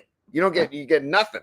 Yeah. So I'm thinking that this whole trend of digital tickets is where I would vote, but I want people to vote on couples therapy. Paulie, you have a vote too, obviously. So like, what's your vote? Well, I'm gonna rush to your defense on this one and say I'm gonna advance digital tickets into the final because of it's just robbing. Like, listen, you have two young kids. And now if you take them to a 49er playoff game, if you take them to a Warriors playoff game, they have no token, they have no souvenir that they can stick like in an envelope and maybe show their kids someday. Like, hey, look at what my dad took me to see. Like that. Yeah, man. That's like real. Yeah. By the way, how about the price? Stuff. How about the price of admission? $0. Okay. $0. How about there's only 3 simple rules: no shirt, no shoes, no dice. That's it. That's it, right? Yeah. But that's a ticket stub that you get to hang on to, and it's a collector's item, and it's I have I have 2 books full of ticket stubs. I was showing you guys my tickets yesterday. I still got them on a desk. I mean, I've been fortunate that I've saved most of the ticket stubs I've seen, be it sporting events or concerts over the years. I've saved everything. I'm kind of like that. I'm like a pack rat. I save all my stuff, but now the kids can't do that. So I think it sucks. So I want to advance digital tickets into the final, Tony. Okay. Into the final. Oh, yeah. That's big. So digital tickets, Dom can update that for us. Dom, thank you for updating that. Digital tickets advances into the final showdown. By the way, Tony, new name, and this is all connected to the Bummer Brackets. Shout out Log Jammin'. I missed his name. He went scrolling by, but Log Jammin' something. Log Jammin' Fantasy Football. He says the price of admission should be $4.20. I love it, dude. I love that too, but I love the handle more than anything else, dude. Log Jammin'. That's the name of the porno they're watching in Big Lebowski. Log Jammin'. It's ridiculous. Hold on a second. What is it? Your mom is cool? Do you see your mom is cool? I do. Your mom is cool. Volunteering at the gate of a high school sporting event and having to turn away grandpa because we don't want to take cash breaks my heart. I know. Yes. I know. Yes. It's a great Tony, point. wasn't your late grandma, rest in peace? Wasn't she having problems with the Niners because they wouldn't issue her paper tickets? Dude, and she finally said, I'm a customer for 60 years. Help me out. Going back to Kezar Stadium, season ticket holder, my grandmother and grandfather, and she loved the day that the big envelope arrived in the mail with the season tickets. Oh, and she would call me, or she would call my mom and say, "Oh, the tickets arrived, and come pick a game." Like it was, and you got the same envelope. Like, totally. It was like Christmas. It really was. I'd be like, dude, look, the Cowboys, the Chargers. You like all, and they would have cool. They have cool photos, or like pictures of games. That happened against those opponents in the past. So then they didn't come, and they were trying to tell my grandmother, "Oh, we emailed you the tickets, like a link to the tickets." And my grandmother's like, "I don't do email. I'm 90. You know, like I don't. Help me out. Just give me some tickets. I can go to the game. That's all I'm asking for. Yeah. So then my uncles and my mom and my aunts were like, "Come on, Niners, can you just go to your printer and print out some fake tickets if you have to, just to send her?" And like, "No, we're good. We're here. Here's digital tickets. This is our new system." And we're like, "Okay, whatever." And then what happens if you go to the game and your phone gets stolen, or you lose your phone? Now you can't get into the game.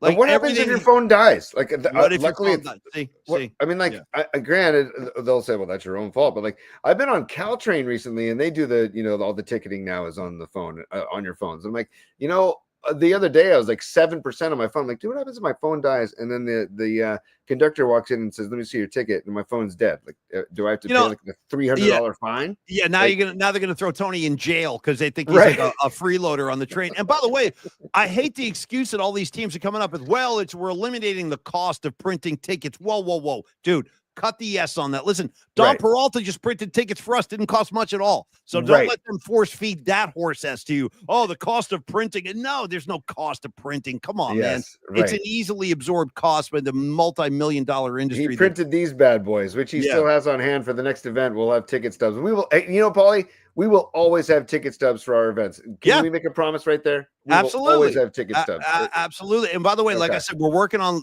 getting some events happening for our guy Carlos. So when we get those in place, we'll have some tickets printed up for that as well. All right. So digital tickets in the final. Now, Tony, the Mahomes matchup, the blood match we've all been waiting for. Man versus wife, husband versus wife, man v woman, the battle of the sexes, the battle of the Mahomes. Which one is more objectionable? Tony, I'm going to let you go first on this. As a man like myself who loves the Niners and hates the Chiefs' guts, who is the more objectionable Mahomes in your eyes, Brittany or Pat the Flopper? Go ahead. Oh, man, this is tough. It is tough.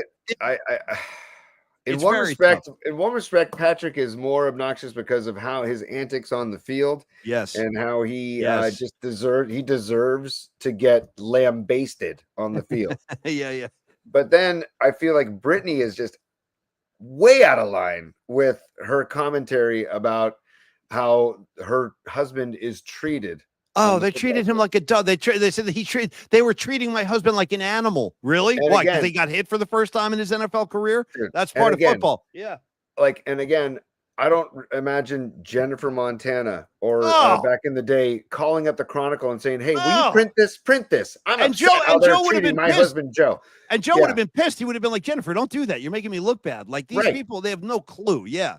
I mean, Steve Young's wife, probably not the same. Any of these, I don't see Giselle even back in the day. Giselle was vocal, but I don't know. She wasn't that vocal like Brittany Mahomes, where she will seek out the attention. So I just, boy, this is a tough choice, Paulie. Yes. I would probably advance Brittany Mahomes because she's not even on the field. Okay. All right. Field. Okay. And is she, like, dare I question? Maybe we need to give them couples therapy. Dare I ask? Is she only married to Patrick because he's an NFL player? I'm just saying it's a possibility. I like where your head's at. I love the diabolical mind of Creative Tony on an angry Tuesday, bro. It's a very angry show today. Not fair. So. I saw Jamar Stamp. What's up, Jamar? I kind of agree with what Jamar was saying. Like, it's Patrick Mahomes is the problem. He's the goddamn problem. He's the reason we got to look at her. He's the reason I got to deal with Taylor Swift and Kelsey, all these miserable. And can I tell you something else I hate? I hate the fact that they call it the Chiefs Kingdom. Oh, shout out to the Chiefs Kingdom. Kingdom of what? Kingdom of douchebags? I mean, like, it's a kingdom of assholes. I'll tell you that. The kingdom. Oh, we're repping the Chiefs Kingdom. Blank the Chiefs Kingdom. Blank Brittany Mahomes. But again, to me, the center of all of this mess is the Muppet himself, Patrick Mahomes. He's flopping. He's coming at me. He's got the hair going. He's yelling at refs. His wife is. But again, none of this would be happening if it wasn't for the man in the eye of the storm, and that is the flopper himself. The eye of the storm. I love it. That's him. He's in the eye of the storm. Yeah, right here, dude. Stop hitting me, dude. Come on, dog. Don't touch me, dog. Like I told you when Max Crosby hit him like for a second after he released the ball. Hey, don't do that, dog. That's not cool, dog. You can't hit me after I release the ball, dog. You know what? Max Crosby should have just punched him in the face when he started doing that. I know. Sorry. I get very upset when I'm talking about Mahomes. You can see the reaction. Tony, can we get Mahomes in the finals just for my sake? Okay. It's overwhelming in favor of Patrick being worse than Brittany. And I get it because he has to, like Jamar Stamp says, he has to be on my damn TV. Yeah. Plus he drags his family along with him. And Dom says there'd be no, we wouldn't know jack shit about Brittany if there was no Patrick. Mark Graves with a great line. Perfect matchup would have been both Patrick and Brittany versus couples therapy. Yeah, that would have been a good one. Maybe next year. You never know. Maybe next year. But, and by the way, Los D, like a lot of people have had good ideas. So next time we do the brackets, we can have like worst 49er losses of all time, or like what's the more painful Super Bowl loss, the first Chief one or the second Chief one? We can also do like a battle of the 80s movies. Footloose meets Breakfast Club. Like what do we do there? No question. Question. So anyway, more brackets to come. But Tony, as we wrap this one up, the first official bummer brackets of the Polymac Particle community, you go first. You got digital tickets staring at Patrick Mahomes. It's a bloodbath. Who do you like and why? Here's why I'm voting digital tickets, Paulie, because I seek music as a rescue, as an escape from all of life's troubles and all of life's worries. And I like it's it. where I go as my sanctuary to just get away from it all and just get totally taken away. It's like Superman had that Fortress of Solitude. Yes. And this is where you go. Yes. You put your headphones on, you escape to the musical world. Yes. And dude, there is nothing worse than after a nice little pregame in the lot, like at the Frost Amphitheater. I went to go see King Gizzard and the Lizard Wizard. Highly recommend them, by the way. And next time they come around, I highly recommend the PNP Army. Go. Just go. They're phenomenal, super fun band. But I mean, a nice little pregame in the lot at the Frost Amphitheater on Stanford's campus, and then I'm walking in. I'm feeling so good. I'm just nice and I'm like walking on air. I'm like floating. Yeah. And all of a sudden, I see this guy with this freaking thing in his hand, like this. Yeah. And it's not a phone. It's his little digital thing. Yeah. And he goes, "Sir, your ticket." And I'm like, "Oh, that's right." And then I had to get out of line, and I had to go back into my app, and then I did log in, and I don't remember the password for that app, and then I got to do this and do that, and it's like, dude, it just it completely ruined my vibe momentarily, of course. Because then when I got in the venue, I was fine. That whole moment, I just can't stand that moment where in the past, I'd look at my stub as I'm walking in, I'd look at my stub and be like, dude, yeah, sweet, I'm so stoked, and like, bam, hand it in. Yeah, they tear the freaking thing. Yeah, I get 2/3 of it. They get 1/3 of it. They get their freaking barcode. I get my collector's item, and I'm done. See, that's why for me, digital tickets should win the championship of the first Mars bracket. That's for me. Okay. All right. Well, let me tell you about a little mishap I had with digital tickets. True story. So not last summer. I saw the Rolling Stones at Levi's last summer, but the last time previous to that they came to Levi was in 2019. So and let me tell you right now, when it comes to the Rolling Stones, I'm not messing around. I'm not messing around. Yeah. I'm going to be at the gig. If the Stones are playing anywhere near me, I will be at the gig. I'm going to be there early. I'll have my tongue shirt on. And this is like not a drill. This is like the real deal. I'm going to watch Richards and I'm not playing games. So I'm at the goddamn show in 2019. There must be, I don't know, maybe 5,000 of us that are up by the entranceways waiting for the gates to open. I was very excited. I'm like, hey, let's go inside. We're going to get our seats. We'll get a bite. We'll get a tequila. We're going to have a good time. Dude, the entire scanning system and with the electronic tickets, it crashed. Yeah. So now, what do you do then? The crowd started getting very unruly, and I was getting pissed. I'm like, wait, you got to open these gates, man. Right. Now, if they would have just had paper tickets, we could have torn. Everything would have gone beautifully. Would have been inside. But the crowd got held up for almost a half an hour waiting for them to reboot their scanning system. So sometimes these digital tickets they have serious problems, and that was a bad mishap for me. I was getting very tense. Look at Sanchi, by the way. Sanchi, thank you for the super. By the way, thank you everybody this episode and all episodes for the supers. But Sanchi, thank you in the name of Tower Records. Okay. Listen, here's the thing. I got to be honest with you right now. I saw some support on my side because my vote is for Patrick Mahomes. Yes. Jamar, your boy Jamar had a very good line. Jamar right here said, It's got to be Pat. This is tied strictly to the Niners Super Bowl losses for him. That's what it comes down to. Digital tickets loses. At the end of the day, like watching Nick Bosa get held on every snap in the Super Bowl, just so I can protect Patrick Mahomes. Hey, don't touch me, Nick Bosa. Hey, don't touch me, man. Don't touch me, dog. That was late, dog. Don't touch me, dog. I'm telling you right now, like all of this is orchestrated so Patrick Mahomes can be propped up artificially as the best quarterback of all time. Are you kidding me? Oh my God. I'll tell you, Michael, I might go on a rampage after the show today because I'm getting upset. It's a salty show today. Today's a very salty show. And this is what happens every time I think about Patrick Mahomes. Like my blood starts boiling. And the fact that the Niners, I just got to be honest with you guys, we simply can't beat this guy. We have never beaten Patrick Mahomes. Regular season, postseason, don't matter. The guy walks us around on a leash like we're his little dog, and I hate it. I hate him. I hate the kingdom. I hate his wife. I hate Taylor. I hate them all. I hate all of them. All right, that's it. Mahomes for the win, Tony. That's my vote. I'm sorry. I gotta hijack this whole goddamn thing. As much as I hate digital tickets, Jamar's right. Digital tickets ain't costing us Super Bowl losses now. Mahomes is. You know what I mean? I don't have to look at digital tickets in the luxury suite on Sunday, but I do have to look at Brittany Mahomes jumping up and down with Taylor Swift. Wee, look at my wee. You know, having a little Chiefs party up there. I'm done. I'm done with all of it. Yeah, wee. All right. Noemi with the final straw. Based on Paulie's rant alone. I know, sorry. All right, I know, you guys, I did. I realized I got out of control today.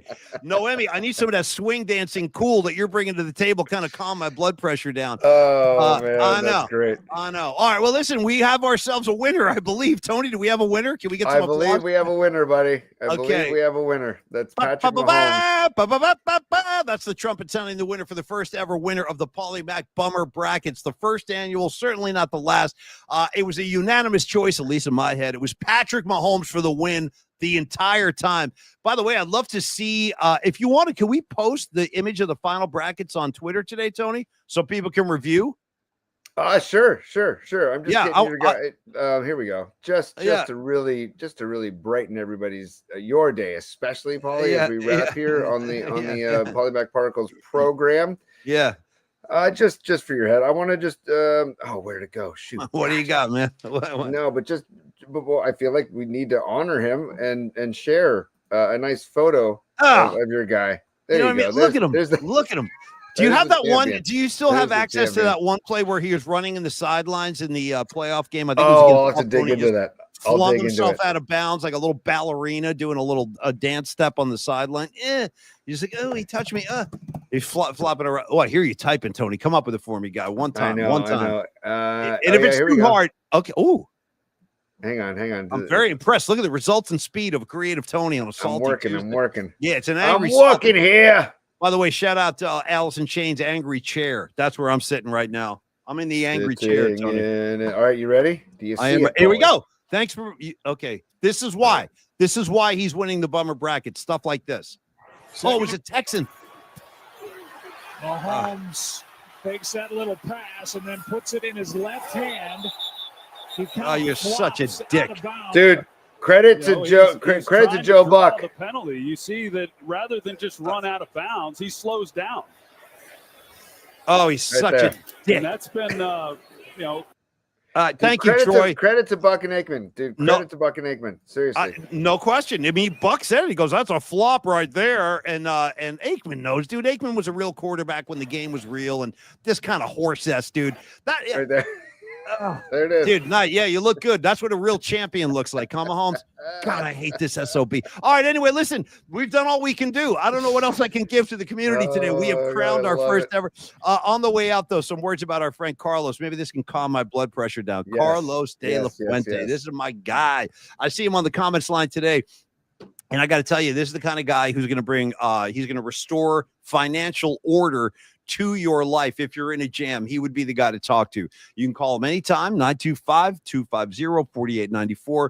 Email any questions, thoughts, any ideas you might have to Carlos at myflexnow.com. And we've said it like in its simplest terms. That's why we have the message on the screen. Like if you just simply are in a spot where you need cash. And there's a guy who's got 2 college students on the payroll right now, as they say. I know how it is. Believe me, I know how it is. Carlos and I could easily wind up doing business right around the corner myself, but I'm not there yet. But if you are in that position, talk to him. Talk to him about a variety of loans that he offers. The new one Tony explained today, the DSCR, debt service coverage. All of that stuff is on the table with Carlos. And again, he's licensed in the state of California. So no matter where you're watching or listening from, he can help you. He's got 26 years of experience. And again, one of the specialties Carlos offers is the HELOC loan, the home equity line of credit. And again, I like this about Carlos too. He will let you know if that loan's not right for you. He'll say like, no, this is not the right time for you to be doing something like this. Why don't we meet again in 6 months and we'll revisit the whole thing? So Tony, the integrity, the honesty, the experience, he's got all the 3 major kind of factors that I would be looking for in a financial guy. And again, final thing for me, Tony, is I would never trot Carlos out in front of the audience unless I totally believed in him and thought he was a good guy, which he is. He checks those boxes. And again, Tony, we trust him. As the image has shown many times, that's a key factor when you're talking about your money or any finance issue. He is a trust, and there he is right there. Throw the shades. Thank you. Yeah, shades on, shades off, wax on, wax off. It's all about Carlos. And then, Tony, I'm going to let you wrap today. And thank you for letting me vent and get all that Mahomes stuff out of my system. I had to do it. I had to. Well, it's like, you know, like you said, it's the bummer bracket. What is the number one bummer? And that was a toss-up, man. That was a toss-up. If Vegas could have, like, you know, put odds on that matchup, it's a pick 'em. It's literally a pick 'em. Nice, dude. Maybe Mahomes -1. It's a pick 'em. Maybe Mahomes -1. Yeah. But I got to give Los love, because Los, I love how much of a sports fan Los is too. He knows what he's too. talking about. Follow Los on Twitter, by the way, too, because he has some great takes about the Niners. Don't get Los going about the Niners and their O-line. Like, Los, I'm with you, dude. I'm so we with all you. are. I know. And the draft is coming fast and furious, by the way. So we got to be ready for that in a couple weeks. And on that note, I think we got to get Pecan back on the show, and I want to get Kruger. Kruger's doing draft breakdowns. Like every time I turn around, Larry Kruger's out here with another draft breakdown and a bio with some guy. So as the draft gets closer, yes, I want to get both those guys back on the show. And I also want to get my uncle Paul Tonelli, who is probably my go-to when I need football just breakdowns. And I can't watch a game with him because it takes like 6 hours to watch one, because he rewinds all the time. But he's pausing and rewinding because he sees stuff that I don't see. And Los D's comment about how about a 15-yard penalty for flops. I love it, dude. I love it. But Los, what I wanted to emphasize to the people with Los is that Paulie and I, like, we're starting this from scratch. We're starting this from the ground level. And the people that we have chosen to partner with are people that have done the same thing for themselves. Yeah. And they've done it. They've done it through like passion, and they've done it through like morals, high moral fiber. And they've done it through like wanting to take care of people other than themselves. That's what Neil and Andrew do at Longbridge Pizza. And that's what Los does with Flex Funding. And if we didn't believe in them, we wouldn't be partnering with them. And if we didn't like them and enjoy them, and if it wasn't the reciprocity, Paulie, the reciprocity. Yeah. So I just wanted to say that about Los. That beautifully said, Tony. Very well said. I think that was my favorite Los ad that you've done so far. Honestly, that was really good. Right on. Well, it doesn't even feel like it just because it's Los. It's like it's somebody that we really believe in. That's all. And again, we're working on this as we speak. Literally, that Tony and I are going to try to get more events happening where we can all kind of mix and mingle, and Carlos will be at the center of those events. But we're still working on developing these things. But when we have something to present, we'll give it to everybody. And because I liked it, I like the social atmosphere that we're kind of developing here in the community. So Tony, it's crazy. Suddenly this is becoming one of the longest shows we've ever posted. We're brushing up again. I know. Wild, huh? It was supposed to be tight and quick and easy today, but emotion got the better of us, starting with Tony's first 40 minutes of fury and anger about the Giant City Connect. Then he gave me the angry baton, and I just started sprinting. I go, give me that baton, because I got about 8 million things negative to say about Patrick Mahomes. And now that I've gotten that out of my system, the trophy is in place. Tony's going to post the final brackets. Yeah, thank you very much. Patrick Mahomes, you are the first ever Bummer bracket champion on the Polymac Particle Show. Thank you, Tom Peralta, for all your creative contributions and artistic and otherwise.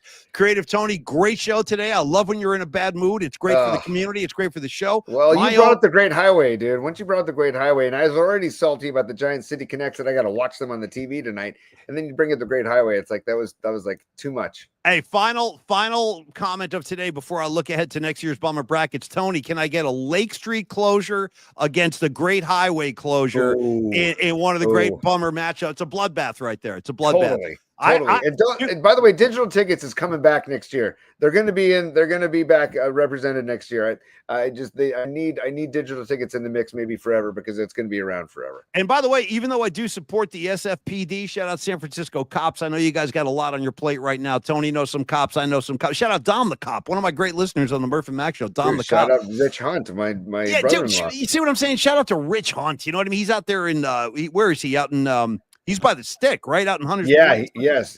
He was out in Hunter's Point and in plain clothes, by the way, plain clothes for the longest time. He would come by like Momo's back in the day, like in plain clothes, but like all of his gear underneath the clothes. It was wild, man. Like, his connection to the dispatch. I was going to say, shout out to the SFPD. I'm going to go ahead and ask you to lie to the cops under this one scenario. And here's the thing. If you guys break the law like I do on the regular and you just start driving down Lake Street saying, F all these silly regulations, I got to get down there. I'm trying to get to Arguello, and Lake Street is my best bet.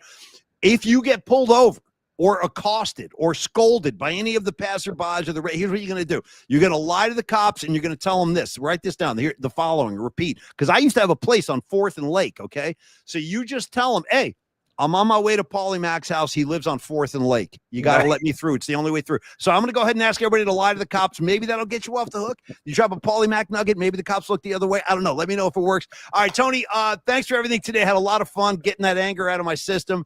I know.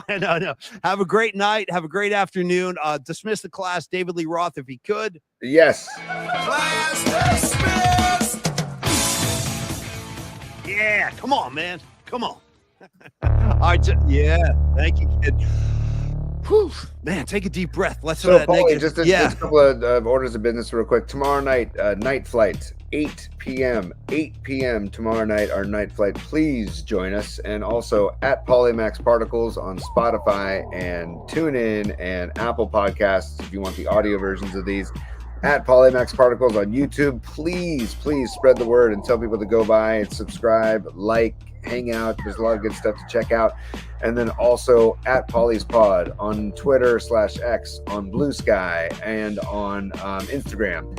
And actually, we're toying with the idea of starting a Facebook page and even going over to TikTok as well. Damn. So TikTok, you don't stop, Paulie. Okay, so listen, whatever it takes at this point. And by the way, speaking of all of this stuff, why don't you guys go ahead and do me a favor if you could, or if you haven't already. I guess you got to subscribe and like what we're doing. That would probably help us along. So subscribe, pass the word, like our stuff if you can. If you have enough time, that would be good.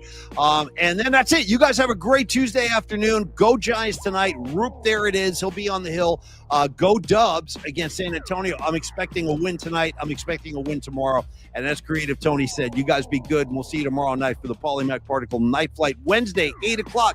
See you then, y'all. Have a great Tuesday. Peace.